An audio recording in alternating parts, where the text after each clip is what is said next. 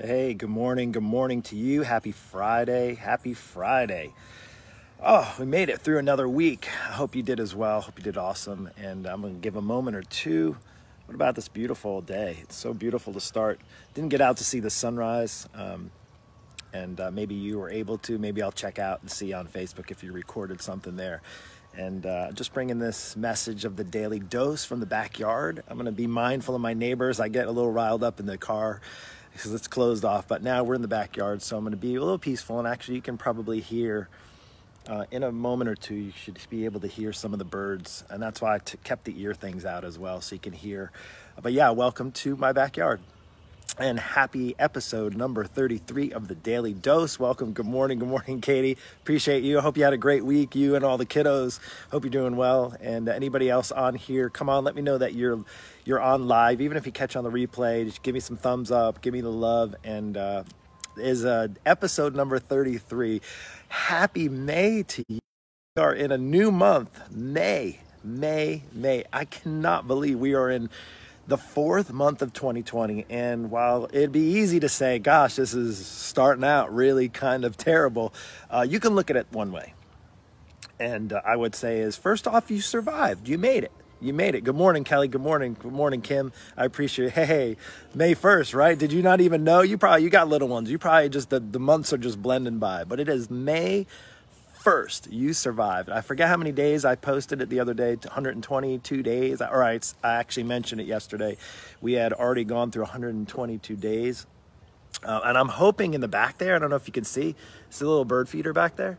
We got the hammock. We have to take the hammock down at night because then it gets, if it rain comes down and then just gets nasty. But I would say right there, I'm hoping that in a time, because it's going to be appropriate for today's message about worry.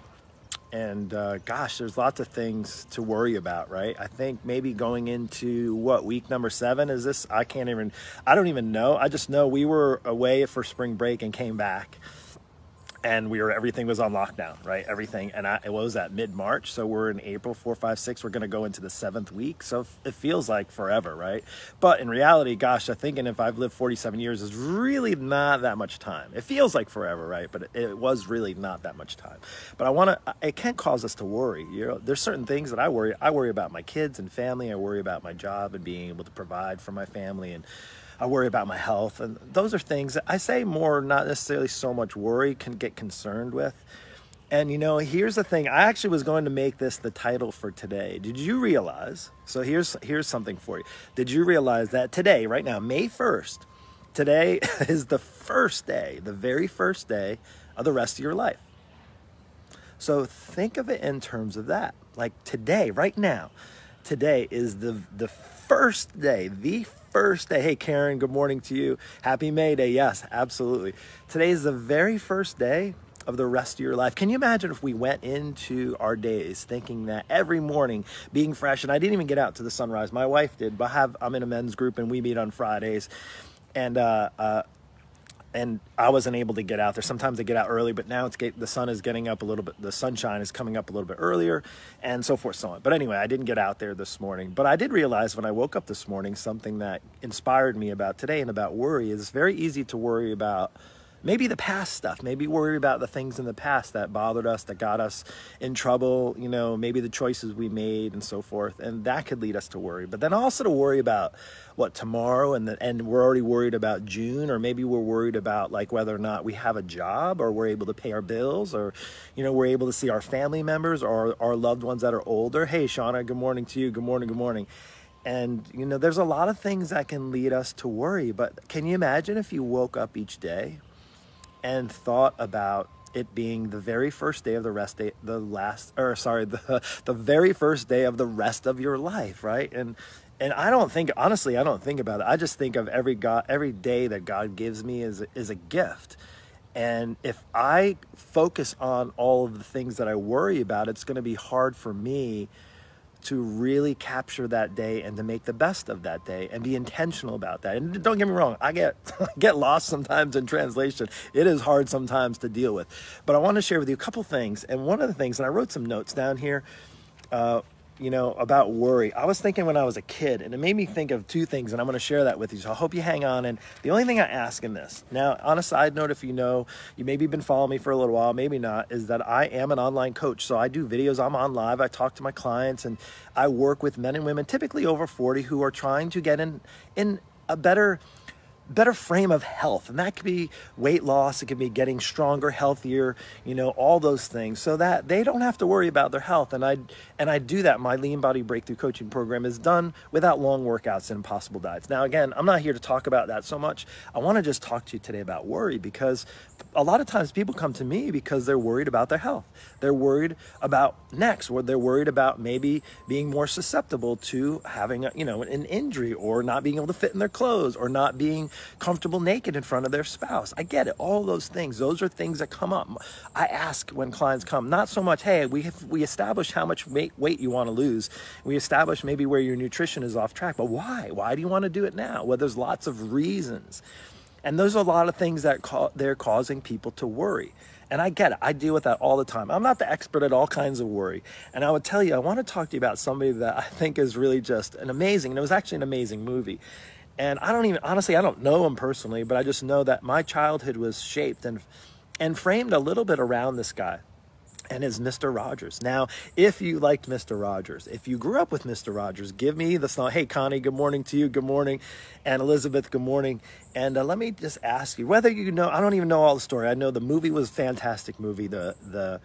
I grew up watching some Mr. Rogers. I remember some of the things. Now, as a kid, I'm going to share with you some powerful things. And it really when I watched the movie recently, who was it, Tom Hanks? And I watched the movie, and he was eerily similar to him. It was crazy. It's such a good role for that. He was the perfect part for that. But in that is when I was watching the movie, it brought back memories of me watching Mr. Rogers, and he talked about being angry and worrying. He talked about anxiety, and I remember, and I actually wrote it down, as when I was a kid growing up, I have shared this. I have stories, so I hope you hang on. I appreciate it. Rebecca, good morning to you. And I would love your feedback. If you had some good stories of Mr. Rogers, if you liked Mr. Rogers growing up, and maybe you thought it was a little cheesy, come in as change his shoes, and I don't know all of it, but I do have some vivid, really, really vivid memories of growing up. And I remember I was the kid. So growing up, there was lots of teasing going on. You have kids now, maybe they're teased, maybe they get teased because of the way they look, the color of their skin, all those things. It's terrible. That's just kids. That just happens, right? And I know maybe that's part of its training, but let's just hang here with me for a minute. I remember growing up, I was the big kid. I was the early bloomer, right? You've heard of the early bloomers, not like the late bloomers. I was the one who was bigger before everybody. I was the one whose parents went shopping for in the husky section of the Levi's. I had the husky jeans, and I was husky before anybody else in my class was husky. And I went to a Catholic school, and I remember clearly being the big kid. So I felt, now, although I worked, everybody balanced out. When we got high school, everybody grew past me. But I was the big kid through elementary school and middle school. I went to Catholic school through elementary school, and being the big kid, it was challenging. I honestly don't say I really remember a lot of being bullied, so to speak. In fact, I think when you're the big kid, you're not going to be bullied. I remember we played in this little patch of grass. It was in the back of the church parking lot, and we used to play this game. I think they called it now.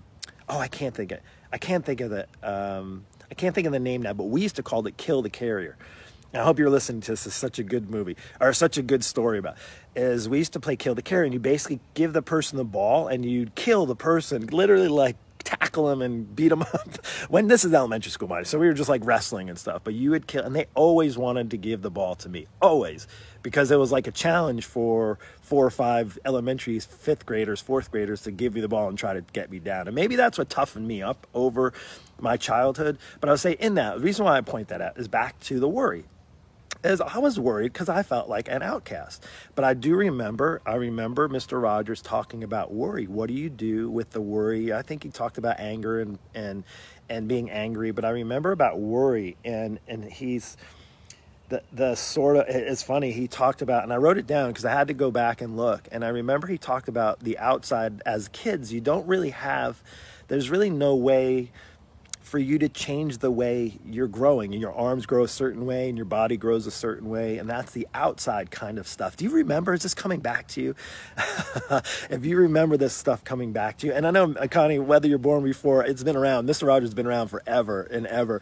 But anyway, regardless, is talking about the outside kind of stuff that you don't have. And now as a kid, we don't have really that ability to change. Like I grew and that was it. That was the way God was making me.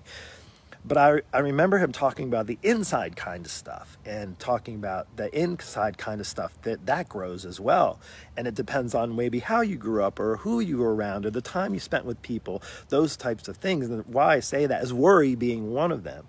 And I just want to ask now to you, again, that's just a side story for me. I don't want to go too much more into that. But Mr. Rogers was great. You know, he talked about, I wrote it down here. He talked about the potty as a kid. Now, I didn't have troubles with the potty, but he talked about the anxiety-inducing things that kids go through as, like, you know, when you're younger and thinking about the potty. And he made it, and I have to relate this to us now, is that when you're a kid and one of the things that you're afraid of is in your little butt sitting on the toilet seat, whether you have, you know, a smaller, you feel like you might fall down. And when I read that, I was thinking to myself, you know what? I remember when I was a kid, I was scared of that toilet and that thing flushing down the toilet. And that's what I'm going to ask you right now. There might be things in your life right now, things that you feel are being flushed down the toilet. Maybe it's like all of your retirement feeling flushed down the toilet. Maybe it's in your whole family dynamics where it used to be maybe really good, but because you've been spending every ounce of your time because you're kind of been stuck for a while, and it's been hard as, like, you know, being a parent and kids and trying to teach them, and it just the anxiety and the stress is high and the worry is high. Are they ever going to go back to school, right? I think we can come down to one thing we've learned through this is that teachers are very necessary and they get way underpaid now, whether you're homeschooling or not, whether your kids, is that teachers need, whether they're doing online training or not, or online teaching or not, is they get way underpaid and they are way underappreciated. So thank you for the teachers on a side note. Hey, Clifford, what's going on? And Nick, good morning to you.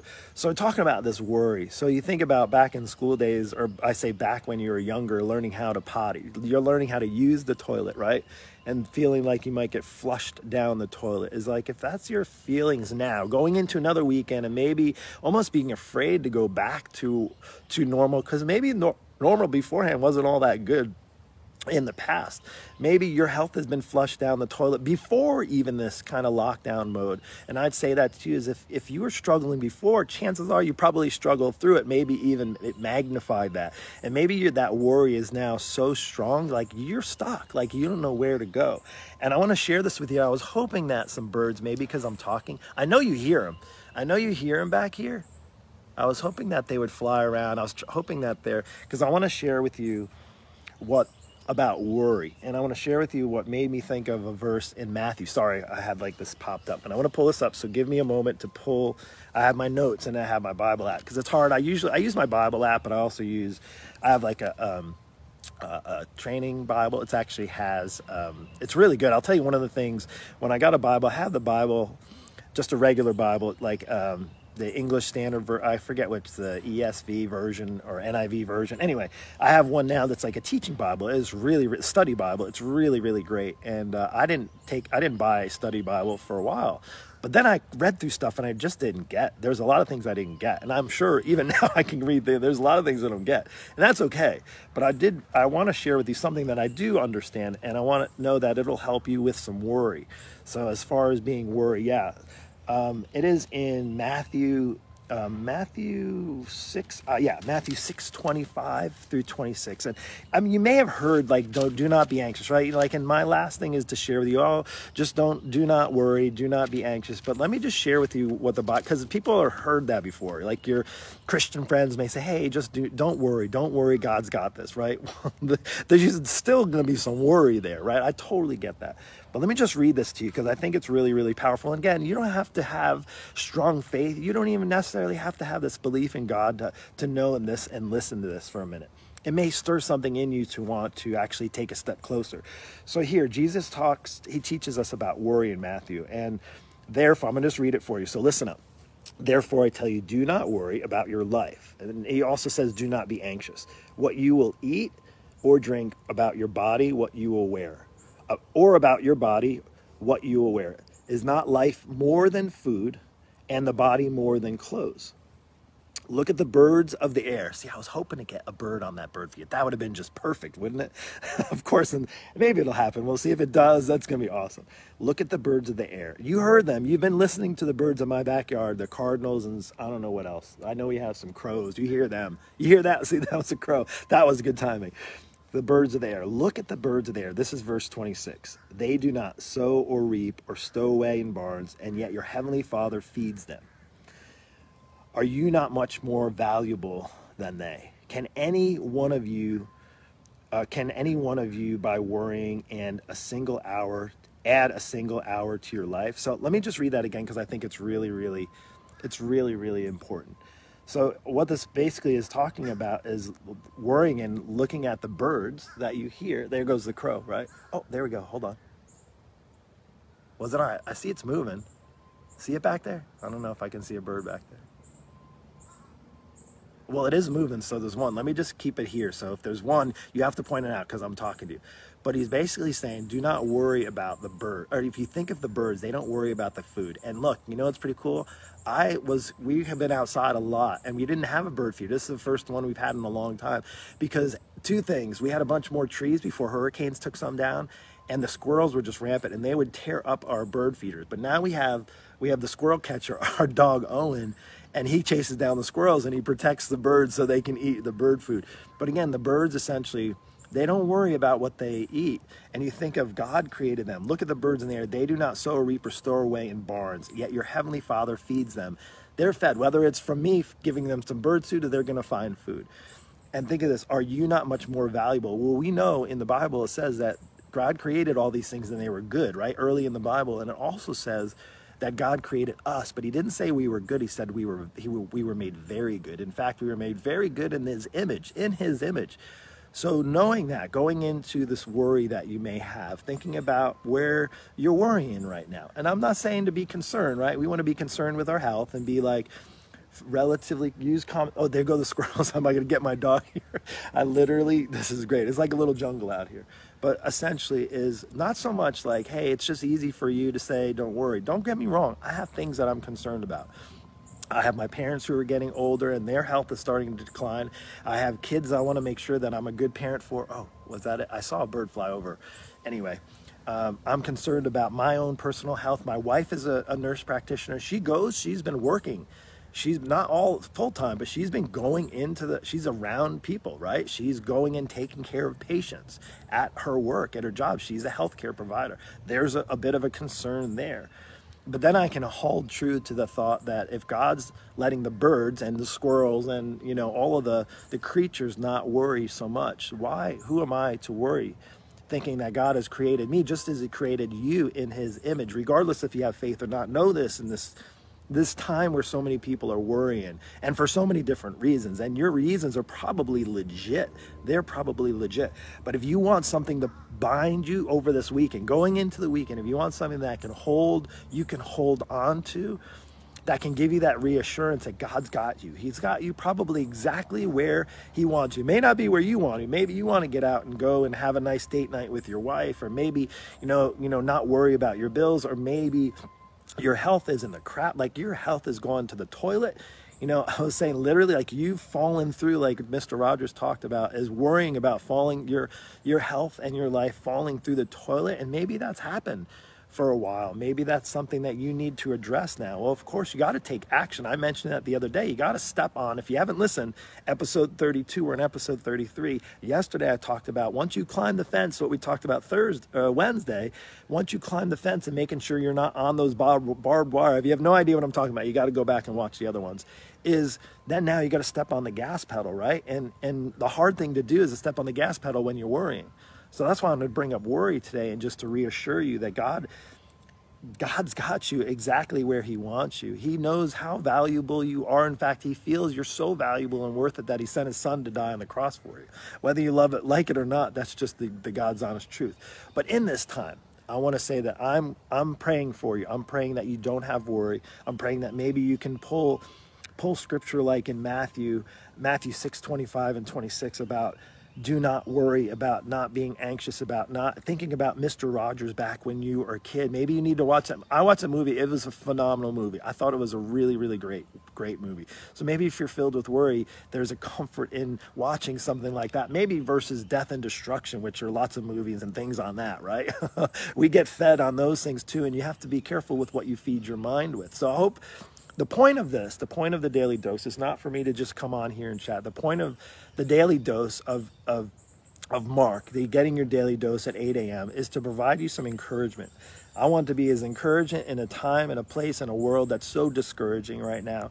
And I can say is if I help just one person, then my job is well done. I feel like I've been so blessed by God. And I say that not in a cheesy way, but truly blessed that he's taken me through some of the most worrisome moments in my life. And you may have seen some of those stories about my kid being sick and about my mom's mental health and about my, personal journey through my businesses and relationships and things like that. And I've shared a lot of those, and I will continue to share those because I think God doesn't want us to just keep the things that we worry about and the things that we struggle to ourselves. Once we get through those, once we're able to get over those and get through those, and I'll say is what's defining your life and defining mine, not only a coronavirus lockdown, being stuck at home, that's going to help define you and shape you for tomorrow. But we don't want to worry about tomorrow so much because we have today, right? Today is the very first day of the rest of your life. And I hope you live truly today without worry. So, there it is. There. See how perfect timing is this? If you watched, it doesn't get any better than that. Can you see it? Can you see it right there? Does it get any better than that? I'm just going to leave it. I'll tell you what, it just gave me goosebumps. Look at the hair. It's raised up there. It just gave me goosebumps. Is that not appropriate? We're done. This is it. The Daily Dose with Mark. I hope you watched to the end. I hope you saw the birds. The birds aren't worrying, and I hope you don't either. Take care and God bless.